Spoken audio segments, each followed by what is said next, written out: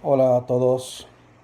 Acabo de ver un vídeo sobre un tía, no sé, de Madrid o de dónde eres, que estaba hablando sobre andaluces y se ha hablado bastante cosas que no son verdad y ha visto también bastante respuestas de muchas personas que ha subido vídeo por que está muy enfadado.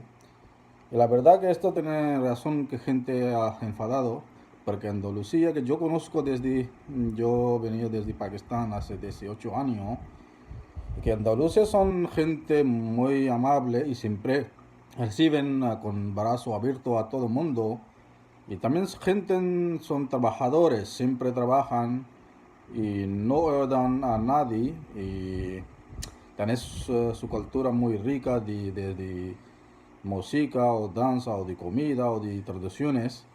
Y esta chica no sé por qué ha subido este video, creo que ella quería fama por a su canal y quería, pero por eso ha hablado. Y ha hablado, no tenés educación de hablar, no tenés que hacer odiar a nadie.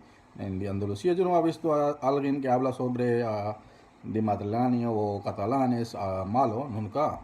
Somos hombre, cada uno tiene su costumbre y cultura y está diferente de otro. Pero no es de significa tú haces este tipo de vídeo y hace comentarios y hacer enfadar a gente. Y esta gente que enfada tiene razones. Que este tipo de tías que hacen tontería para ganar fama, nada más. Gracias, hasta luego.